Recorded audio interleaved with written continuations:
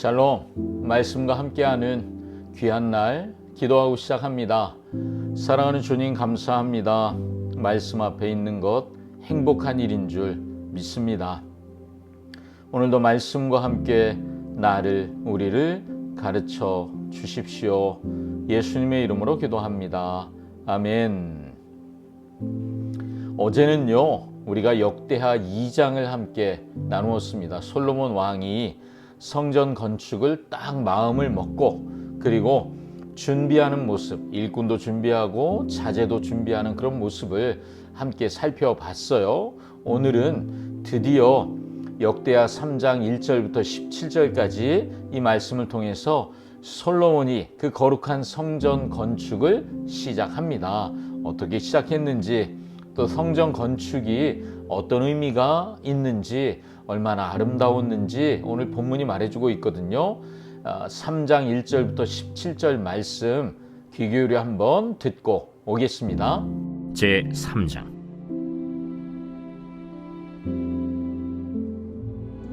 솔로몬이 예루살렘 모리아산에 여호와의 전 건축하기를 시작하니 그곳은 전에 여호와께서 그의 아버지 다윗에게 나타나신 곳이요 여부스 사람 오르난의 타작마당에 다윗이 정한 곳이라. 솔로몬이 왕위에 오른 지 넷째 해 둘째 달 둘째 날 건축을 시작하였더라. 솔로몬이 하나님의 전을 위하여 놓은 지대는 이러하니 옛날에 쓰던 자로 길이가 60규빗이요 너비가 20규빗이며 그 성전 앞에 있는 낭실의 길이가 성전의 너비와 같이 20규빗이요 높이가 120규빗이니 안에는 순금으로 입혔으며 그 대전 천장은 잣나무로 만들고 또 순금으로 입히고 그 위에 종려나무와 사슬 형상을 새겼고 또 보석으로 성전을 꾸며 화려하게 하였으니 그 금은 바르와임 금이며 또 금으로 성전과 그 들보와 문지방과 벽과 문짝에 입히고 벽에 그룹들을 아로 새겼더라. 또 지성소를 지었으니 성전 넓이대로 길이가 20규빗이요 너비도 20규빗이라. 순금 600달란트로 입혔으니 못무게가 금 50세겔이요 다락들도 금으로 입혔더라. 지성소 안에 두 그룹의 형상을 새겨 만들어 금으로 입혔으니 두 그룹의 날개 길이가 모두 20규빗이라.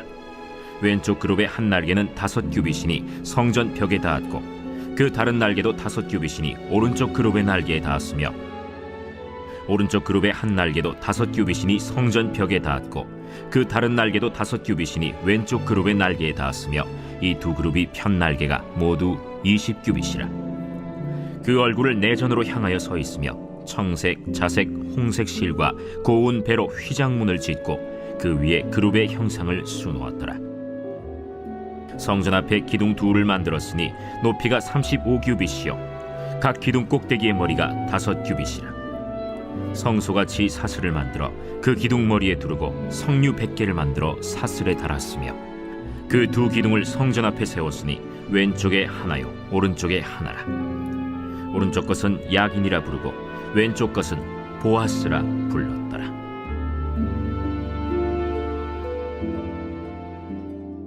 아멘. 이제 3장이 시작되고 성전 건축이 본격적으로 시작되잖아요.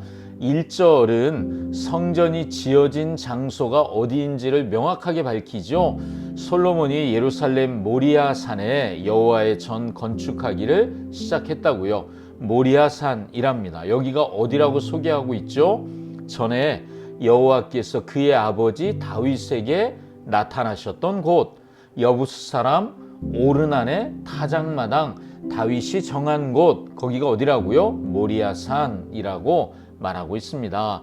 자, 여러분, 우리가 모리아산이구나 그러고 그냥 지나가 버리기엔 여긴 굉장히 중요한 장소예요. 성전이 그냥 아무 곳에나 지어진 것이 아니라는 것을 우리가 기억할 필요가 있습니다. 이스라엘 역사에서 이 장소는 세 가지의 의미를 갖고 있습니다. 첫 번째, 모리아산은 아브라함이 자기 아들 이삭을 하나님께 제물로 바치려고 끌고 올라갔던 산, 그래서 아들을 죽이려고 했던 그곳이 모리아산입니다. 그러니까 성전이 지금 어디에 지어지고 있습니까? 하나님 앞에 믿음으로 순종했던 그곳에 성전이 지어지는 거예요. 창세기 22장에 보면 이야기가 있죠. 또 두 번째는 여호와께서 다윗에게 나타나셨던 곳입니다. 하나님의 임재가 있는 곳이었죠. 그리고 세 번째 이유는요, 오르난의 타작마당이라고 하잖아요. 여기가 다윗이 하나님 앞에 범죄했죠. 그리고 다윗이 회개하며 제단을 쌓았습니다. 그러자 하나님의 진노가 멈추고 하나님의 용서의 은혜, 구원의 은혜가 임했던 곳, 속죄의 장소가 바로 모리아산입니다. 역대상 21장에서 우리가 봤잖아요. 성전은 이처럼 하나님의 구원의 역사와 깊은 관계가 있습니다. 순종할 때 하나님이 이삭을 살리셨죠. 다윗이 회개할 때 하나님이 이스라엘 백성을 살리시잖아요. 솔로몬은 2절에서 왕위에 오른 지 넷째, 4년째, 둘째 달 2월 초 이틀에 건축을 시작했다. 이렇게 기록하고 있습니다. 그리고 3절 이하에서는 성전이 얼마나 큰지, 규모, 또 성전에 어떤 장식이 있는지, 그리고 얼마나 아름다운지 이런 이야기들이 나오고 있습니다. 길이가 60규빗이래요.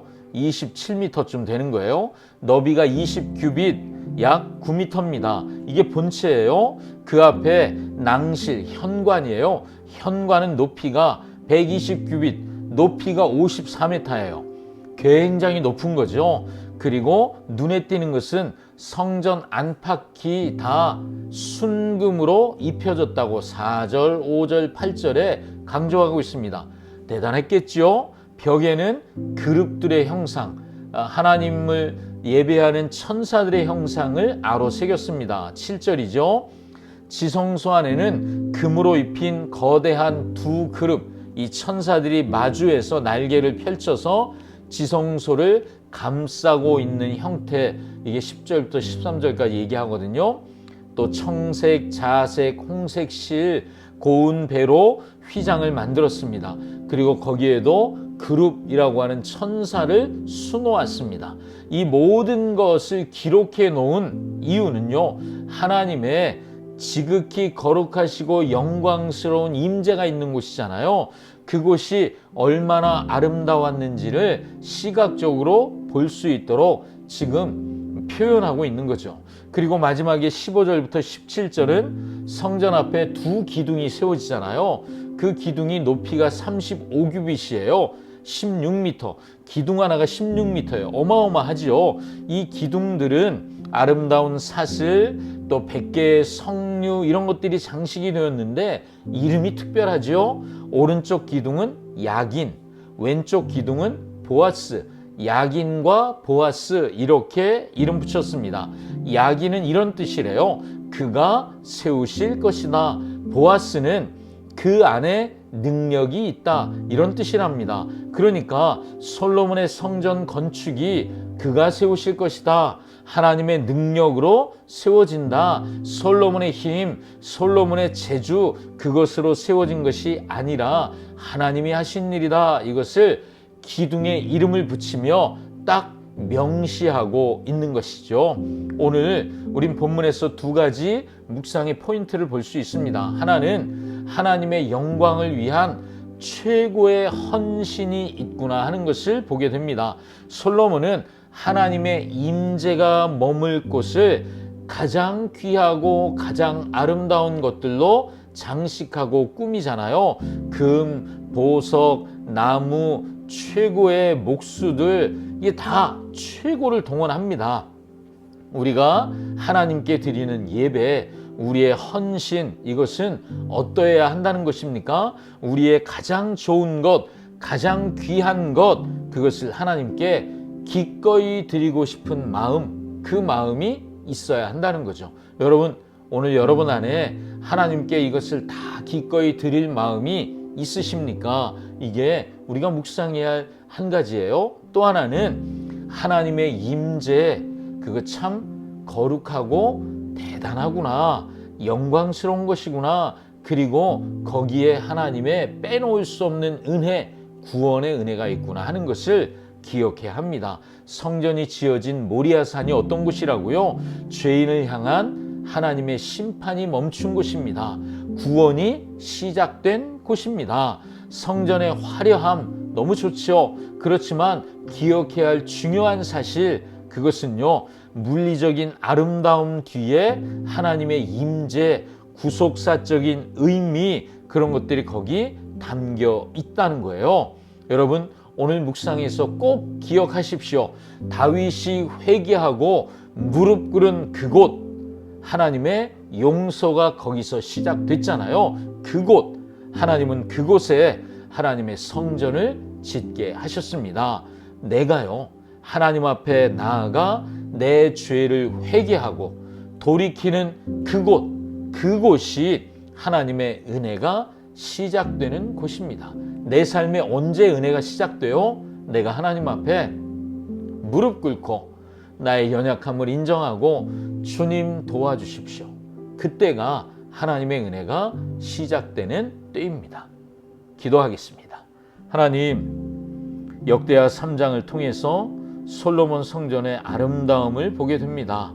하지만 그 아름다움을 뛰어넘어 성전이 바로 하나님의 은혜가 임한 곳, 심판이 멈춘 곳, 죄가 용서받는 곳임을 기억하게 됩니다. 주님, 우리가 은혜가 시작되는 그곳에 있게 하여 주시옵소서. 예수님의 이름으로 기도합니다. 아멘. 아멘. 오늘도 말씀 앞에서, 그리고 말씀과 함께 행복한 날 되십시오. 샬롬.